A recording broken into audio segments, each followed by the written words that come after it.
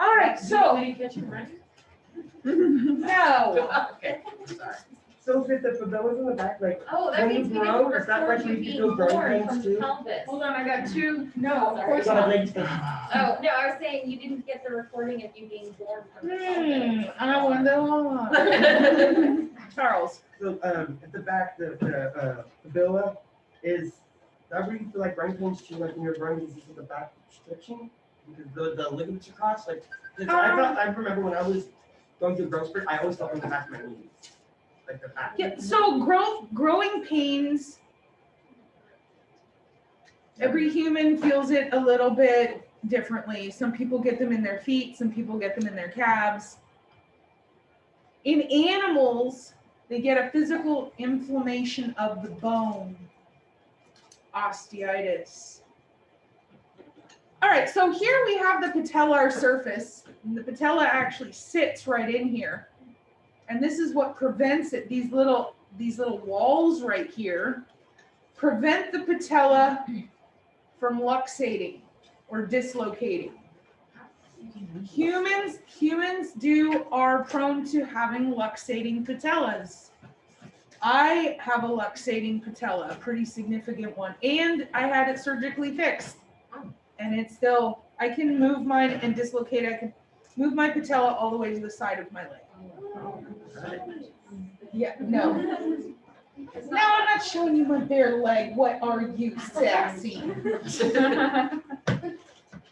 Small breed dogs have the same issue. And what happens is, with this luxating patella, we see it a lot in poodles. Holy smokes. Here's my cup, here's my patella, and it fits nicely in there. And as I said yesterday, the patella is just taking up the tension of that tendon moving over the joint. If the cup is too shallow, suddenly now my patella is able to just boo. And the more it moves, the more it wears down, which means the more it moves.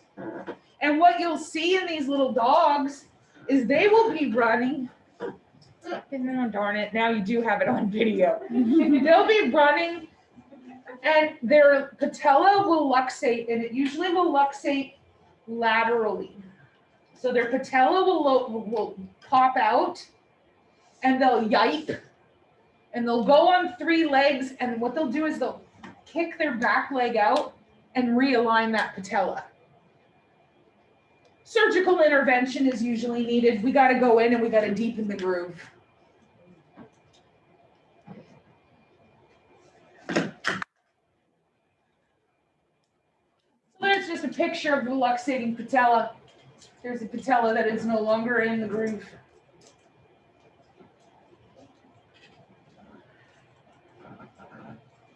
Here we have a radiograph.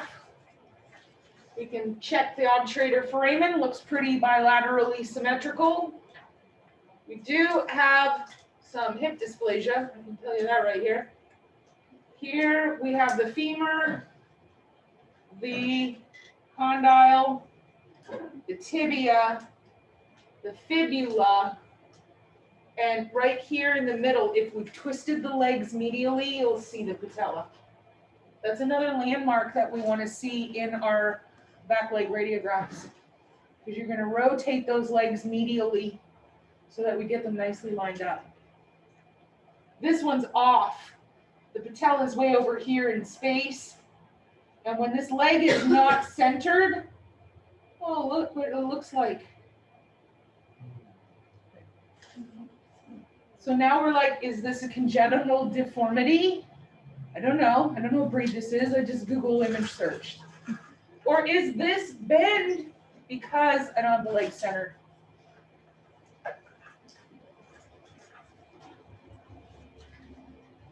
The fibula, as I said, are 2 small bones at the back of the leg. Here you can really see them. You can really see those fibula right here and right here. And this is a really cool surgery.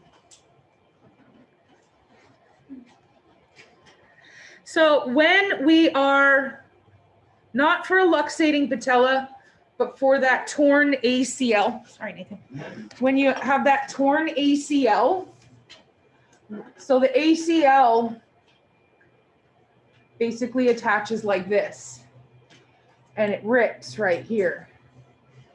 And so what we do is we go in and we clean this out, and then we put it's a humongous fish hook of a needle, and we put a big hole right here in the tibial crest.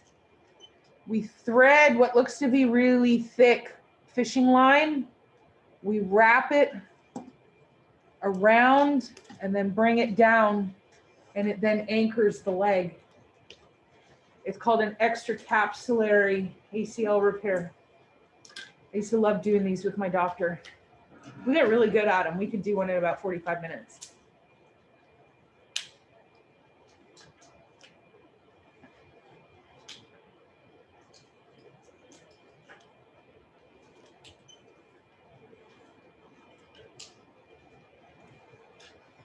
All right, so this, again, not shocking information. We already reviewed all of this, even though we hadn't gone over it. The tibia is the main thick weight-bearing bone of your lower leg. We have it making your ankle knobs. Your tibia and your fibula make up your ankle knobs. The tibia makes up your medial malleolus. Malleolus is the name for the knob. The fibula makes up the lateral malleolus, which is your ankle knob on the outside. That's it. Now, in our animals, the ankle corresponds, we call it the hock.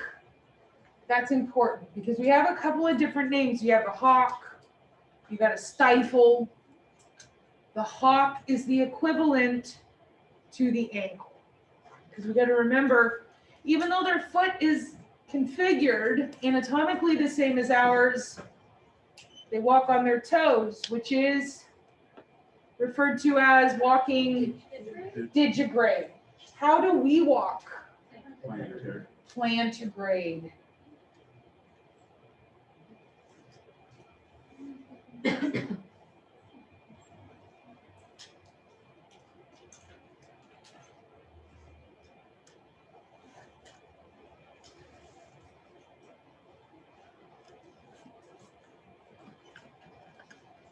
Give you guys a minute.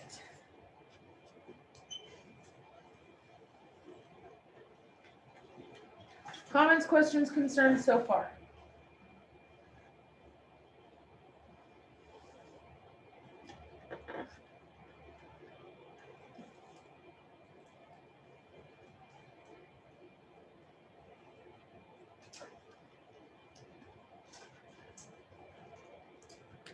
We are going to be finishing this up today. We're going to get started on muscles tomorrow. A lot of the muscle stuff is also reviewy. We already did that in a lot of it in midterm. And I have your midterm set up for class time on Friday. I am debating something. I'm having an argument with Douglas right now. I am. We're in a bit of a fight right now. He's not really talking to me. I'm wondering if, okay, well, let me get your opinion, shall I? Because it does affect you. You Zoomers as well. Here's my thought process, one of two things. Either we can do the midterm during class time, or I can lecture during class time and schedule the midterm for the open it at 3, close it at 7 on Saturday. During class. Yeah, I got stuff to do right now. You got it. That's fine, and that's what I thought. That's what I was thinking. So it will be during class. I'll open it at 10:05. I will close it at 11:20. 20? Yes. What would the midterm be over? The midterm is over, a cumulative everything from the first 8 weeks. No, I understand that, but is it going to include the muscle portion that we start on Thursday, or is it just gonna go up till the skeletal? The only, it's going to include up to and including the skeletal system. Anything we cover over the muscles will not be on the midterm. Muscles to the end of this term will be a separate test.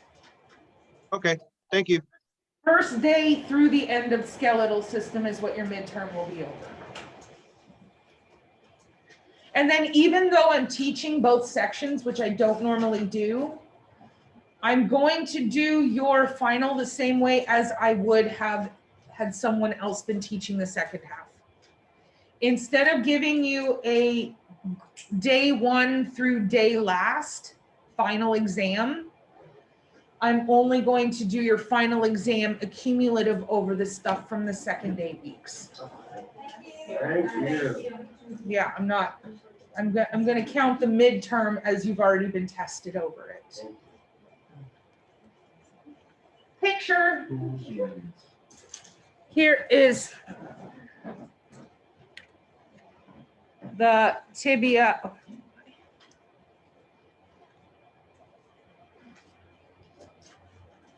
Here's the tibia. And then here behind the slender fibula.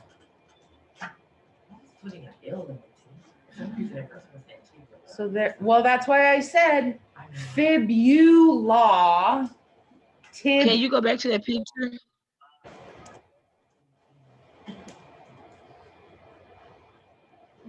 So here I have the medial malleolus, the lateral malleolus. Looking at this, knowing medial and lateral, is this a right or a left tibia?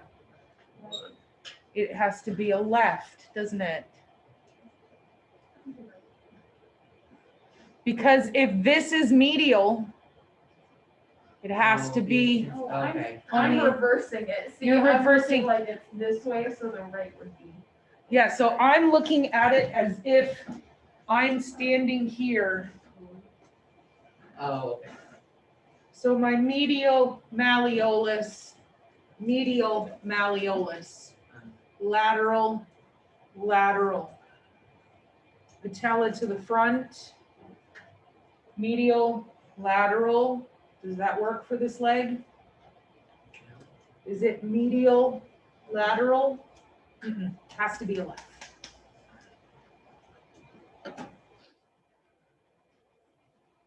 The fibula is a very thin bone, very easy to break. Again, very common sports injury. That's what took Fitzpatrick out just before he got traded to the Jets, and then took them all the way to the playoffs. Gosh darn it! You can't hate on him. We Fitzmagic. don't even talk to me. Don't You can't even. hate on Fitzmagic. I loved Fitzy, the power of the beard. My friends and I would go to this little pub with my significant other and some friends, and we bought these Duck Dynasty beards because Fitzy had the power of the beard. Oh my gosh. Those of you who know what I'm talking about, Fitzpatrick had the most glorious beard.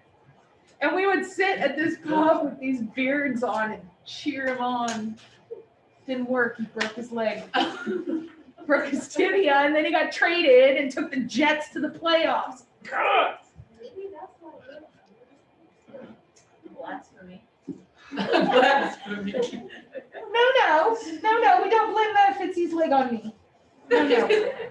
He could go to the Patriots, and then I would be like, come on. All right, so the fibula, lateral malleolus. That would be some great skeletal questions. Which of the following leg bones form the medial malleolus? Which one forms the lateral malleolus? I have a question. I guess I should have asked when we were talking about the radius of ulna, but a buckle fracture. So that's at your wrist. So what is fracture? Like what part of your For a buckle a fracture? buckle fracture? So you can get a buckle fracture. It's really just another term for it is a compression fracture. So imagine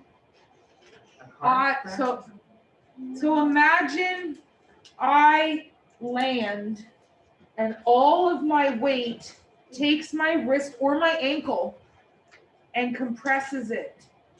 I don't know if you've ever seen on Reddit, they have these wonderful videos of the hydraulic press and like they just squish stuff.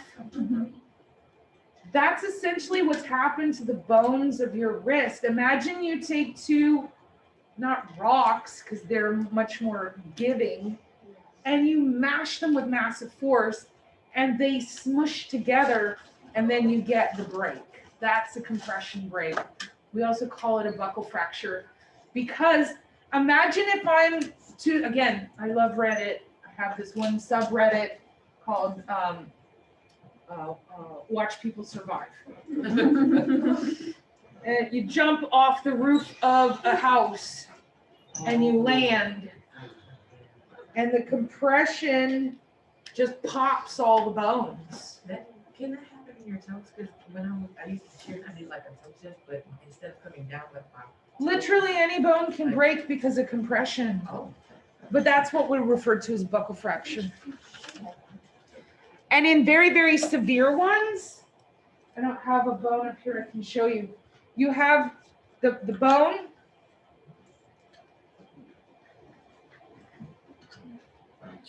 You have the bone comes down and it breaks and the top part literally just slips over the bottom part. Just like if you take a small straw and a big straw. Oh, exactly. That's gotta be painful. It wasn't that bad when you explained it like that. I know, right? The tarsus is known as the hock, and it is the equivalent of our ankle. Just distal to our ankle, we have the heel. And this heel is known as the cancanile. Cancanile. So if I were to draw, although we all know just how significant my drawing skills are, but let's give her a go. So here I have my dog's knee and its foot, and it comes up like this. Okay, I've done it exaggerated, but do y'all kind of see the shape of the dog foot?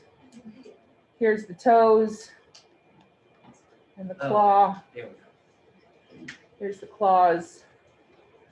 And you know this little part, now again, I've done it very exaggerated. It's more rounded like this.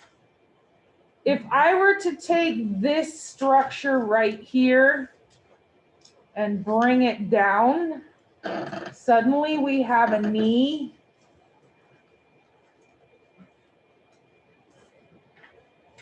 And we have a foot. Right here is right here. So let me erase this.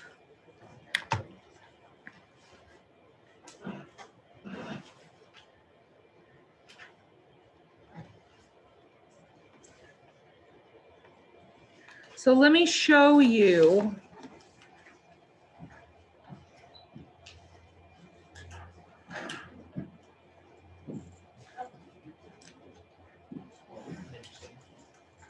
Oh God, you won't run, but you'll do that. It's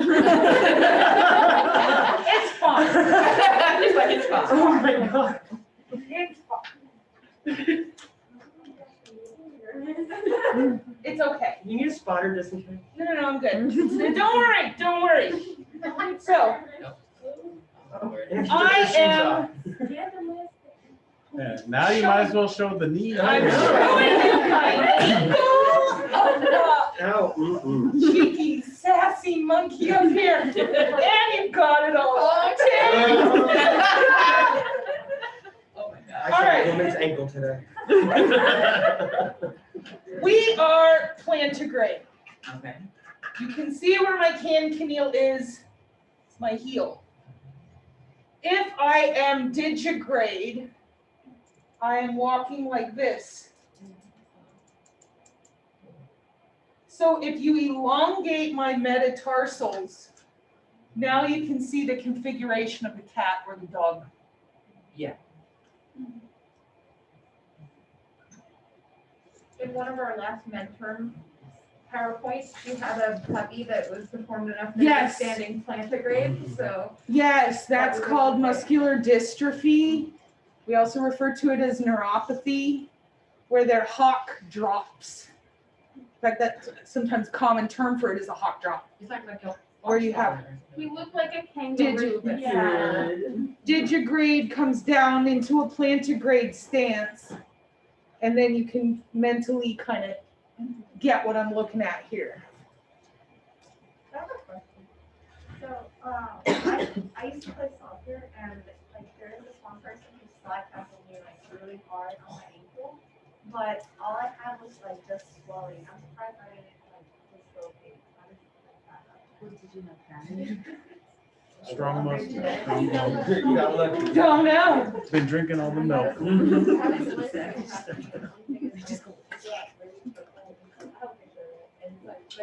Now I just popped, like I didn't go to check or anything, I'm not sure if it like. But it was like. It's just luck of the draw. Yeah. That's all it is. So here you have the foot.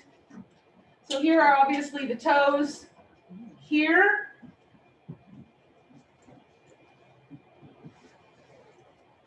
Is here. Okay, you got the toes, metatarsal, which is right there. And then this is this. Okay, wait, what? Say that again? This is the canconyle. This foot right here is as if I have my foot, oh, I can't bend it like that, like this. Oh, okay. Toes pointing down, canconyle process So is it like the heel basically? is your heel. The canconyle process is exactly your heel.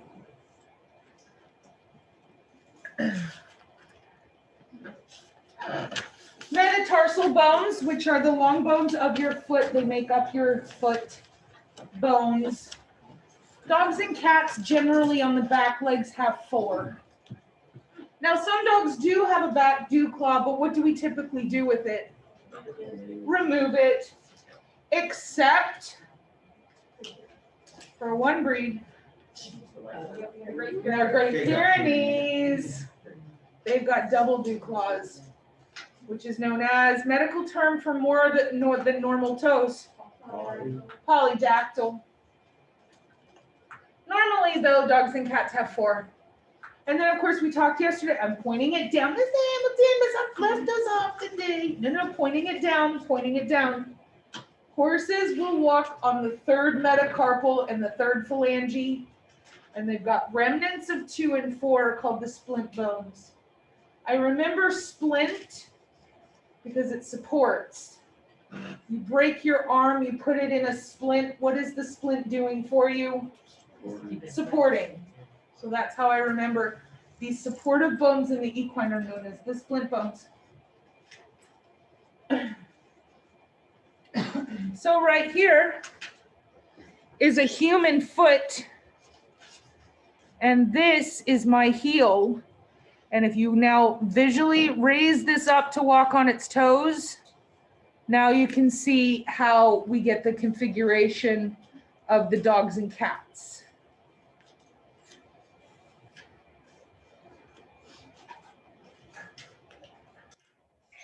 Miss Huff, could you point out where the calcaneal? That's right here.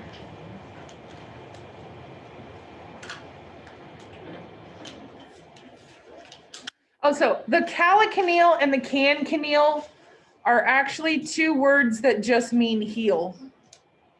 Here's the equine heel. If you take this and bring it straight down, here is now the human foot.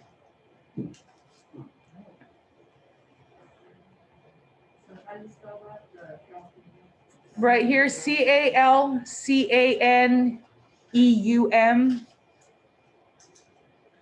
So when you were saying like there, plant it all the way down. But it's kind of like, we couldn't look to like a dog, like a dog, like a human being or something like that. Yeah, same. Here we've got the toes. We have our hind phalanges, and again, we have a toe for every metatarsal, and typically our dogs and cats are going to have 4. They are missing the dew claw. So if I am missing the dew claw, that turns this one into number, yeah, I'm being a cheeky monkey. This is still number 2. It does not change. If I'm missing both of these, this one is still 3. The numbers don't change. It's kind of like your name. It doesn't matter who you're sitting beside. Your name is always your name. Same here. His name is number 1, number 2. If there's no one sitting beside him, his name is still number 2.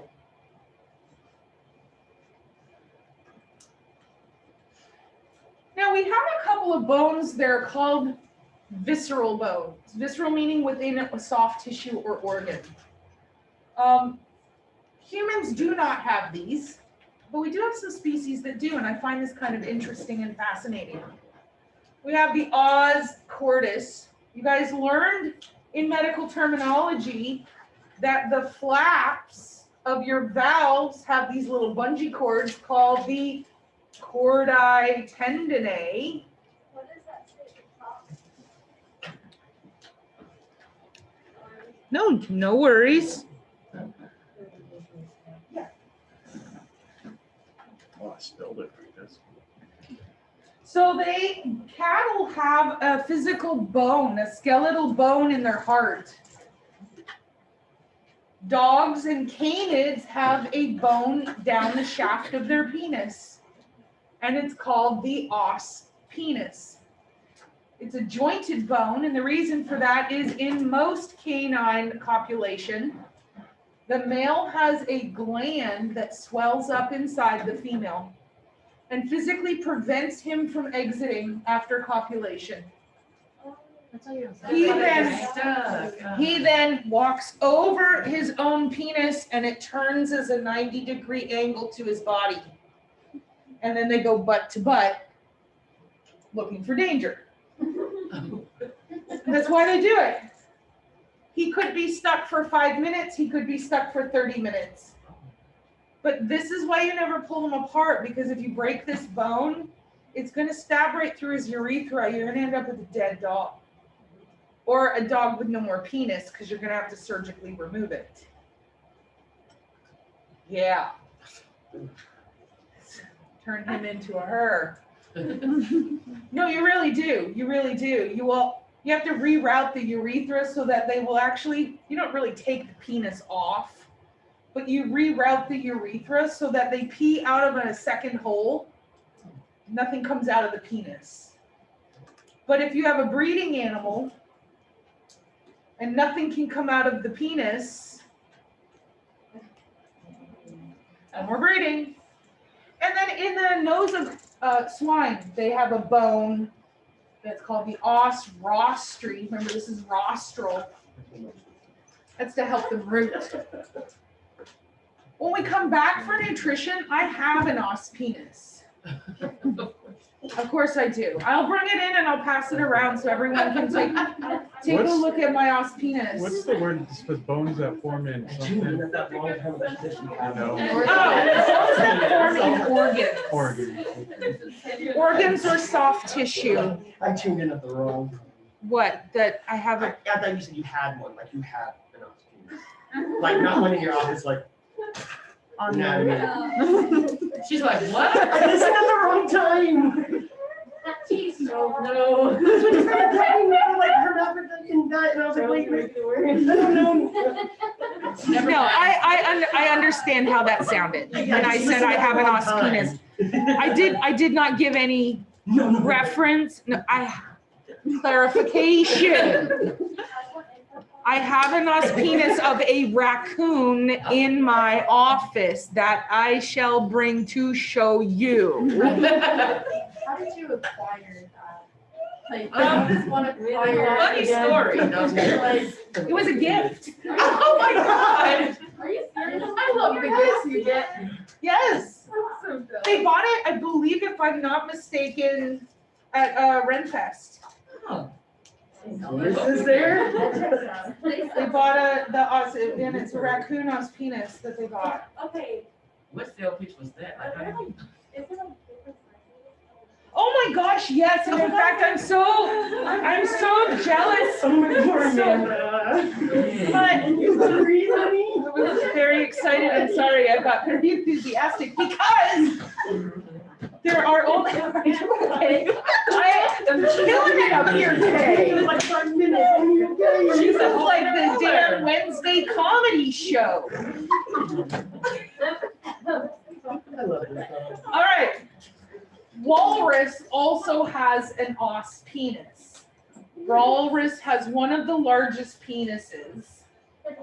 And you can get one that is intricately carved as a vacuum stick. What? And you just, Oh my god. that's how big it is. It's this tall. Oh, good lord. It is I not. swear, I just like, my. when we're finished this class, you Google image search walrus os penis. It's this tall. I can use it as a cane, but they are thousands and. What did you So I say? need to go on private searches. No, don't need a private search. Someone goes on your own. Oh, please, if the FBI, oh, well, I do have an FBI file, but if they ever. Oh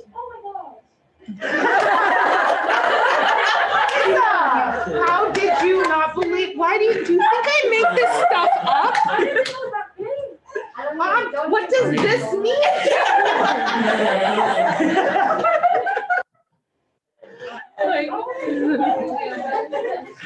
It's a whale. All right, so finally we talk about our joints, which is where two or more bones come together in articulation. We have our and this is all review, guys. Fibrous joints, synarthrosis, not movable. Where do I have a synarthrosis joint? Skull bones. It's called a suture. Amphiarthrosis is known as a cartilaginous joint, slightly movable. I have one in the symphysis of my mandible. I have one in the symphysis of my pelvis. Diarthrosis is a synovial joint, freely movable. You have your synovial space filled with synovial fluid formed from your synovial membrane. So those are the three different types of joints. Suture, fibrous, synarthrosis. Cartilaginous, partially movable amphiarthrosis. Freely movable synovial.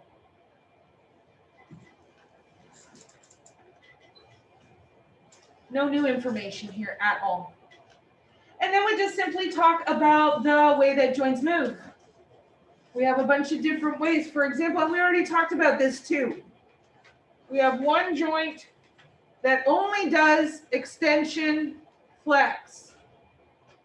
This is known as a hinge. You think about your arm like a door. Door open, door closed. Door open, door closed. You have a gliding joint. So we had our named proximal, numbered distal, and they glide over each other to perform a motion. We've got a pivot joint.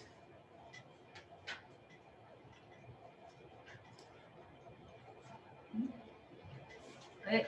This is what gives the horse its bob. Now it does have a little bit of additional motion, and that's why it's not a hinge.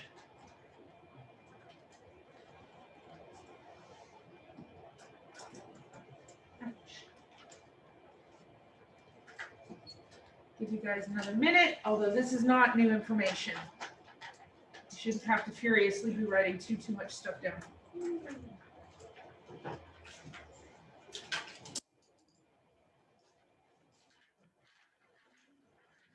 fractures, sutures, symphysis, synovial.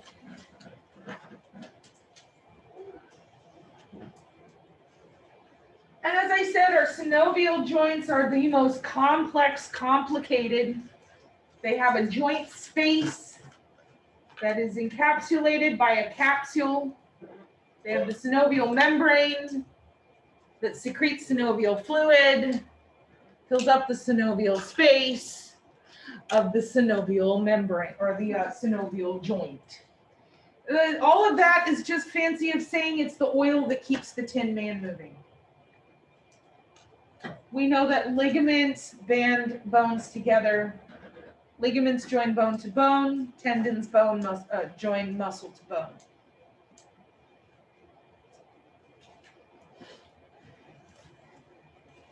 And then finally, we have our movements.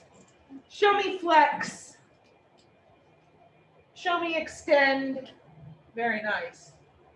Oh, add and ab. Add, ab. Remember, ab is away, add is towards. How do we remember that? Look at the letters. The D is facing which direction to the A? Towards. The B? Very good. So ab is away. So ab, Because my Add. abs ran away from me. So I don't have ab, add. Rotation. And then circumduction, twisting it on its own axis. See, we're getting our exercise. Gosh darn it. And here we just have some pictures, although we just acted all of this out.